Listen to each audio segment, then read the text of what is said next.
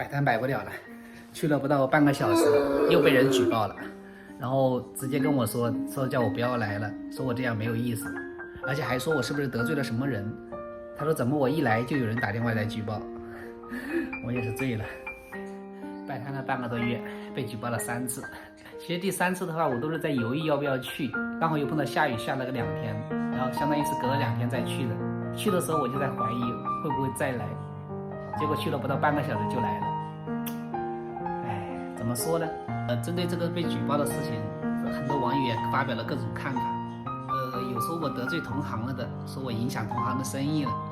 说遭到同行举报了。其实我个人是这样想的，就是跟同行关系不大。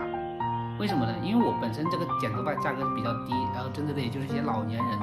最主要是一天也剪不了几个，真的就5个10个，其实真不算多的，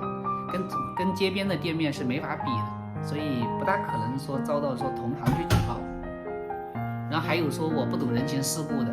这个事情都是那个嘛，就是怎么说呢，就有些话是不好说出来的，说我这个人太不够圆滑，说应该去怎么样打点一下关系之类的。摆摊这个事情也不可能，我觉得也不算是针对我吧，只是我刚好赶上那个点，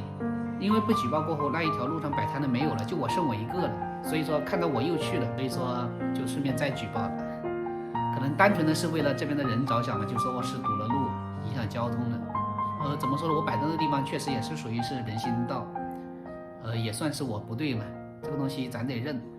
但是也没有说是真实的堵路。为什么呢？因为我不摆摊在那里的时候，那里的话也是停了电瓶车的，那我用的位置也就是在那停电瓶车的那个位置上，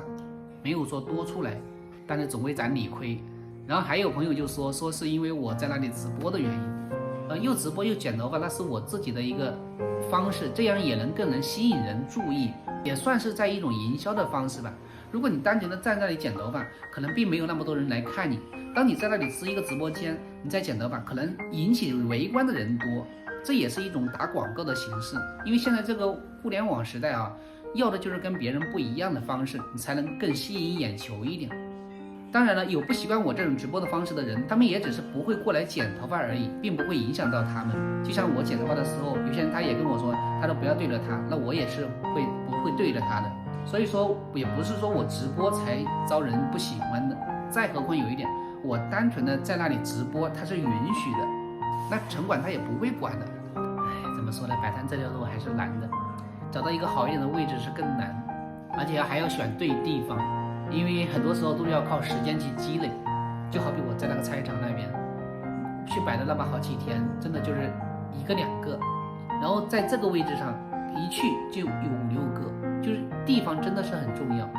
地方选对了，那事情做起来可能就相对来说容易一点。接下来的话，我自己还会去外面找地方，看看哪些地方还能摆摊。反正一步一步走，一步一步看，生活就是这样嘛，一路都是磕磕绊绊的，但是你总能把它烫平的时候，我也相信路一定会有的。如果朋友们也有什么更好的方式的话，也可以帮忙推荐一下，不限于理发啊，因为这样就局限太小了。